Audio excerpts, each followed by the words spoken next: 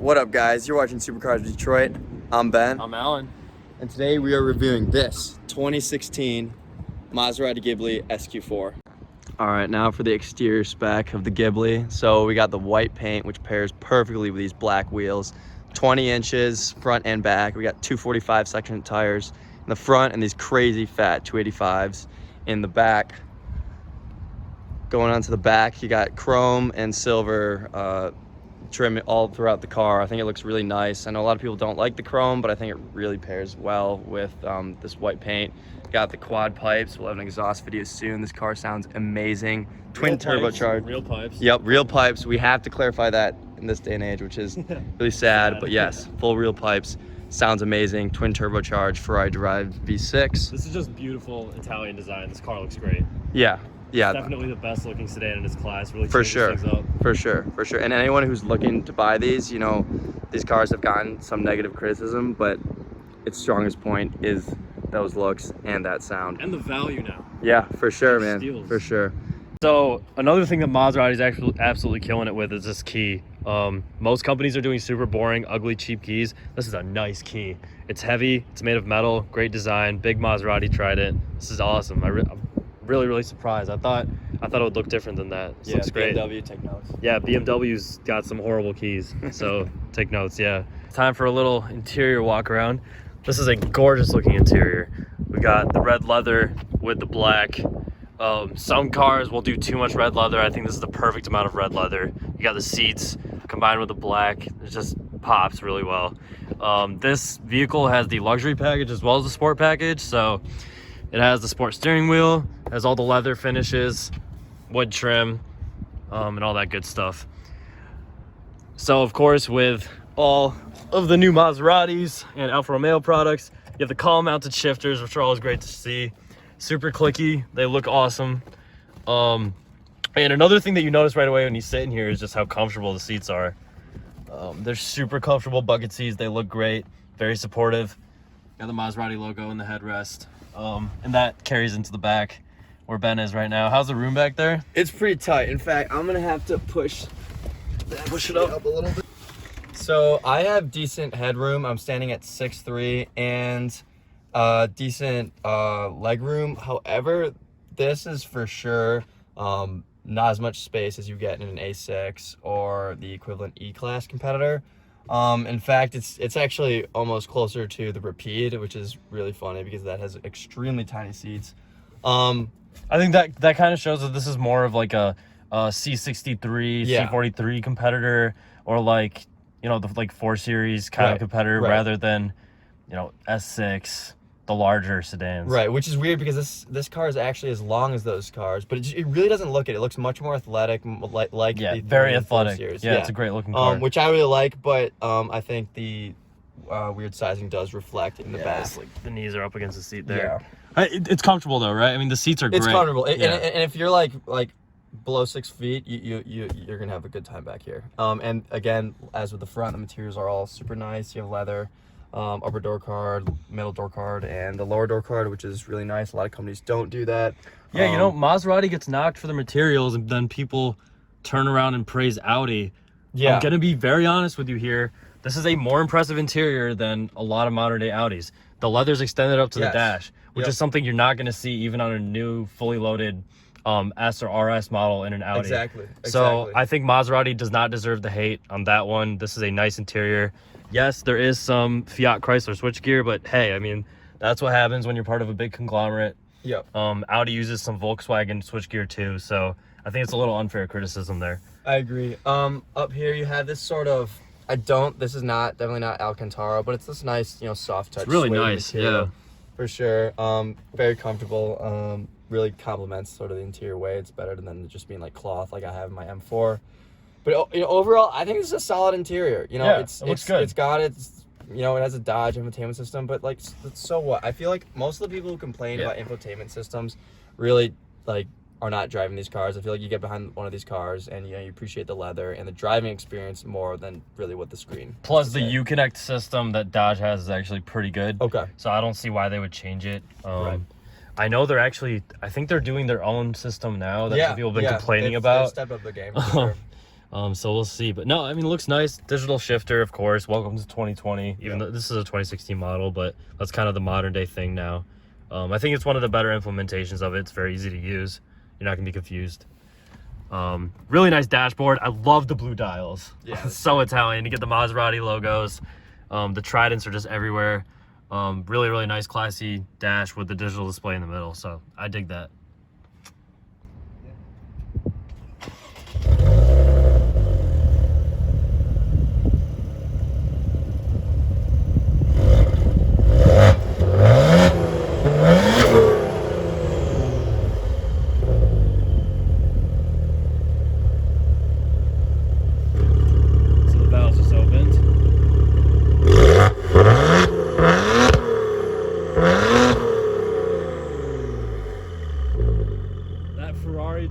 V6 just sounds so good.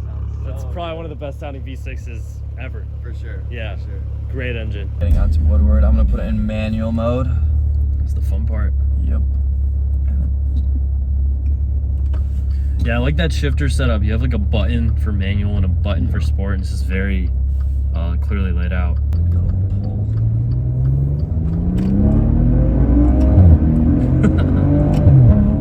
Oh, that after, like on the shifts, that sounds so It sounds good. so good. It sounds so good. Yeah, I know, and it's a little quiet on the inside. I noticed that the first time I drove it. I think Maserati, you know, with that luxury Focus, it tries to muffle some of this.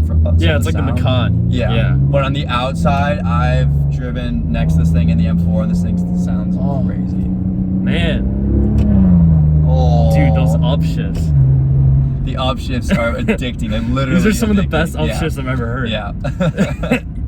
And they last for like 5 seconds. Yes. You know, the gearbox, not incredibly fast, but it gets the job done. You know, it gets the job done, and you stay comfortable while you're driving. Oh yeah, it's so smooth. Very smooth shifting. I know like something like the M4 where you're shifting into first is a little bumpy because of the dual clutch. So so they definitely accomplished the smoothness with this one. For sure. Which again is the point. I mean, that's the way you should be looking at this car. And this is another one of those cars like the Rapida Macan that you can make loud and noisy while not going that fast, which is something that you don't really appreciate until you have driven one of these cars. Like the M4, if you want to make it loud and obnoxious, you're gonna be going fast. Yeah. You know, if you want to get those pops, you're gonna be like, if you're in a city, you're gonna be driving to a restaurant. This is like casual fun, like how the Aston and the Macan had it. Like, yeah, you're getting upshift sounds even at like 2500 revs. Yeah, it's like, crazy. That's wow. Here, Here. I really hope the mic is picking that up. Yeah. No, this is great. You know, maybe I'm not as fast as the M4 driving behind me, but don't really care that much. It's not the point. Don't really It's care. not the point. You're still having you're having fun. Yeah. And then with the all-wheel drive, this is a year-round vehicle. Yep. You can drive it no matter what.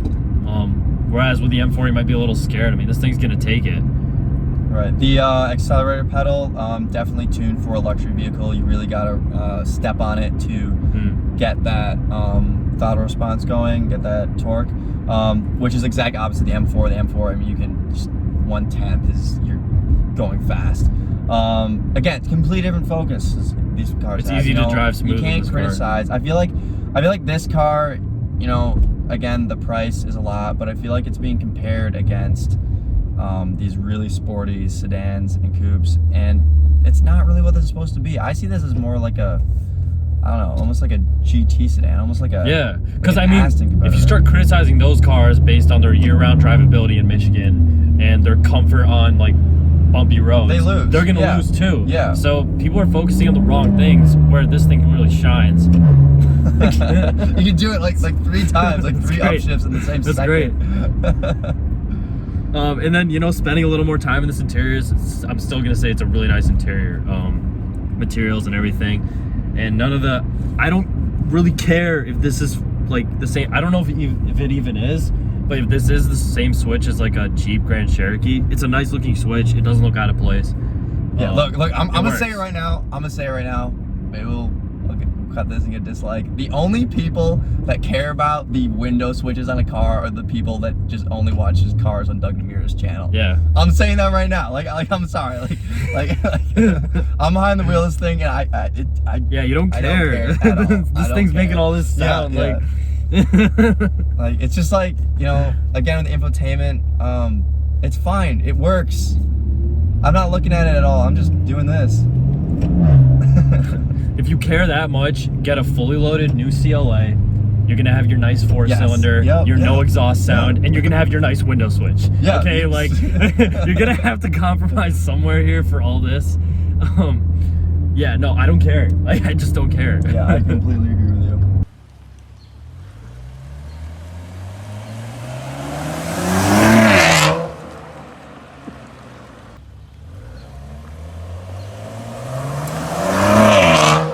That first gear is very smooth.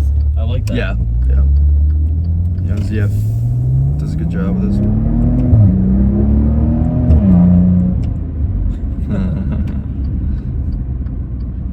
Oh, I love this dashboard. Yeah, super easy to read. Oh, seating position's fantastic. Yeah, no, it's an athletic stance. Yeah. No, this is great, man.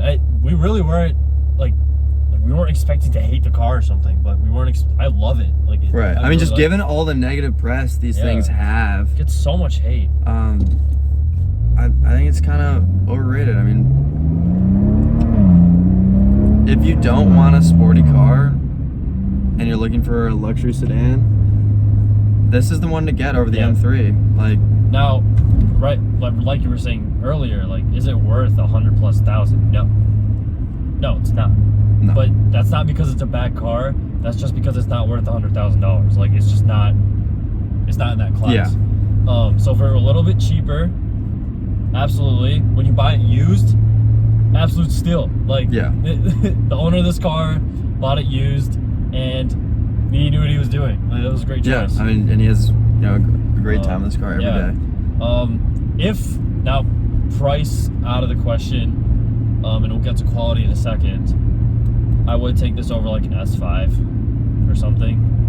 I feel like it's a little more fun. I think it gets the comfort part better, which I think is what those cars are designed to do in the first place. Right. Because they're not going to be as fast, they're not going to be as track focused. Yeah, it's not the RS5 or the M4. They better be comfortable. And I think it does a great job, and it's more fun. It has better exhaust now. Yeah, exactly. See, what I really want them to do, I wish they would lower the price of this one, the SQ4, and then make a Trofeo version. Oh my God. Like what they did with their SUV, the Levante. That thing is nuts. Gave this thing 500 something horsepower, you know, retuned everything so that's maybe sporty. A V8. Yeah, exactly. Maybe a V8, yeah. That would be a competitor. That would be an M3. Maybe even, you know, M5 competitor. Give it some sport suspension. Make the steering a little more precise. And then you'll have the two options. And that's just a great idea. You know, speaking of quality, so the owner has had problems with this thing. Right. I wouldn't buy it out of warranty, is what I'm going to leave it at. Is it breaking all the time? No. But is it a bulletproof car? No. You know, same answer. I think that is where maybe you'd want to get like an Audi or something for quality reasons. Yeah, also, I mean, an oil change on this is significant. You know, like an Aston, like a Porsche, it's technically an exotic, so I'm sure the insurance is also much higher than, say, a BMW. Things you have to deal with when you get into that exotic category. Like, all right, there's a C43 AMG over there. Like, look, it's gonna cost you a bit less, you know, probably has a even better, like, quality interior, but at the end of the day, like, this looks better, it sounds better, you know, and pre-owned, this is cheaper. Yeah, no part of it. It's much cheaper, and no one cares. The only reason I care about that car is because, like, you know, we do cars for a living and as a passion, so we know a C43. No one outside of, you know, top car enthusiasts are gonna know that's the mid-trim AMG. Yeah, it's hard to tell. Yeah, this looks cool. You know it's a Maserati. Yep. I mean, you're not looking at it thinking it's something else. No.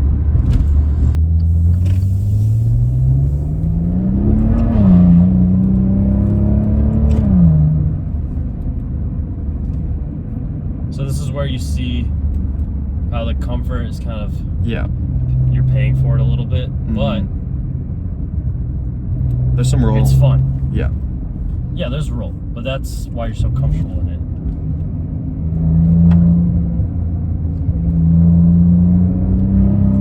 How's the steering? Maybe it could be a little more precise.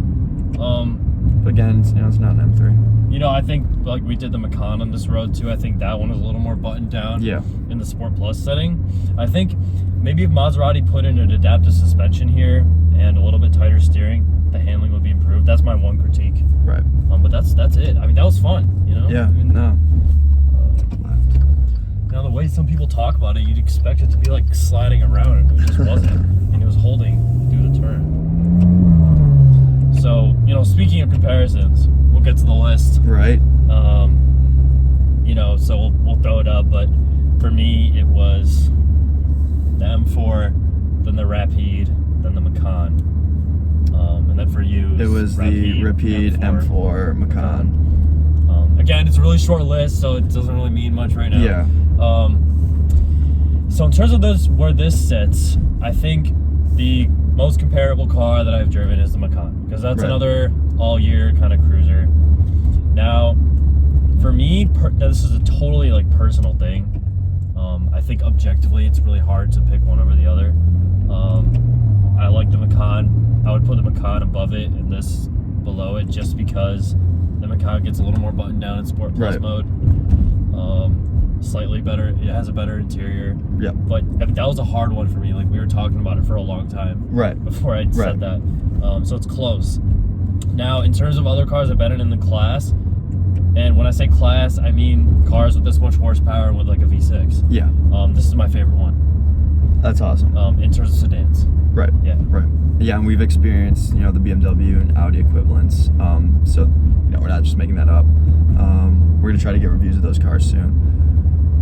For me, I'm gonna agree with you. And again, it's just like right now, as a 20-year-old car enthusiast, I'm really focused on that sporty aspect of it. And I think the Macan has the sporty aspect, as well as some interior advantages and maybe some more practicality for basically the same reasons as you.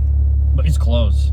Yeah, and I'm sure as we drive more sedans in the class that this is gonna beat them up. Yeah, it could. Seriously, because it's gonna be hard to.